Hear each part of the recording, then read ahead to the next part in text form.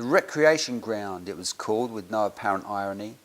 There was a patch of concrete where some lost civilization had once built an adventure playground, brimming with swings and slides and seesaws and all manner of wonders.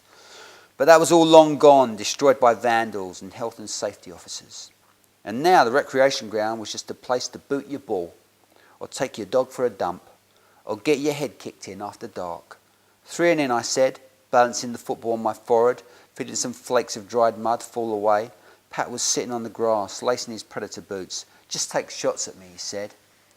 We took off our tracksuit tops, threw them down for goalposts, and I smiled as Pat went through some stretching exercises. He was tall for his age, all long-limbed awkwardness, and he always seemed surprised at how far and how fast he has grown. But he looked like what he wanted to be. He looked like a goalkeeper. And I really thought he would make the school team this year, but I knew better than to mention it. Some things are too big to talk about. I called a shot at him, and he leapt up and snatched it from the air. There was a round of mocking applause, and we turned and saw a group of teenagers who were next to 2 benches that were the highlight of the recreation ground. They were maybe a bit older than Pat, or maybe just wilder. A couple of girls among a group of boys. One of them was a lot bigger than the rest, built more like a man than a boy, and the shadow of his beard looked all wrong above his Ramsey Mac blazer. They leered at us, roosting on the back of the benches with their feet where their baggy-ass trousers were meant to go. Pat rolled the ball out to me, and I drove it back at him, low and hard. He got down quickly, his body behind the ball. More applause, and I turned to look at them again. In the fading light, their cigarettes glowed like fireflies.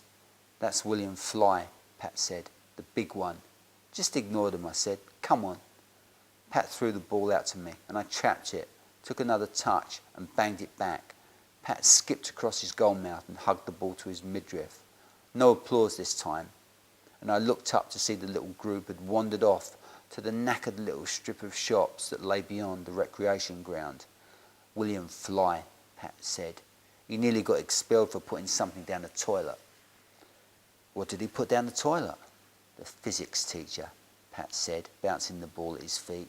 William Fly, he's famous. He kicked the ball back to me. No, I said, watching it coming. Winston Churchill is famous. Dickens, Beckham, David Frost, Justin Timberlake is famous. This guy is not famous. He's just a hard nut. Same thing, Pat said. Same thing when you're at school. He was on the balls of his feet, springing around the goal mouth because he saw me flicking up the ball, getting ready to unload my legendary volley.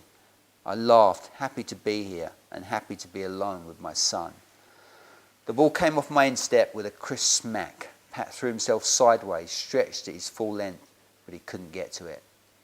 Then he went to get the ball while I ran around in circles in the fading light, trying to avoid what his irresponsible dog owners had left behind, my arms held aloft in triumph.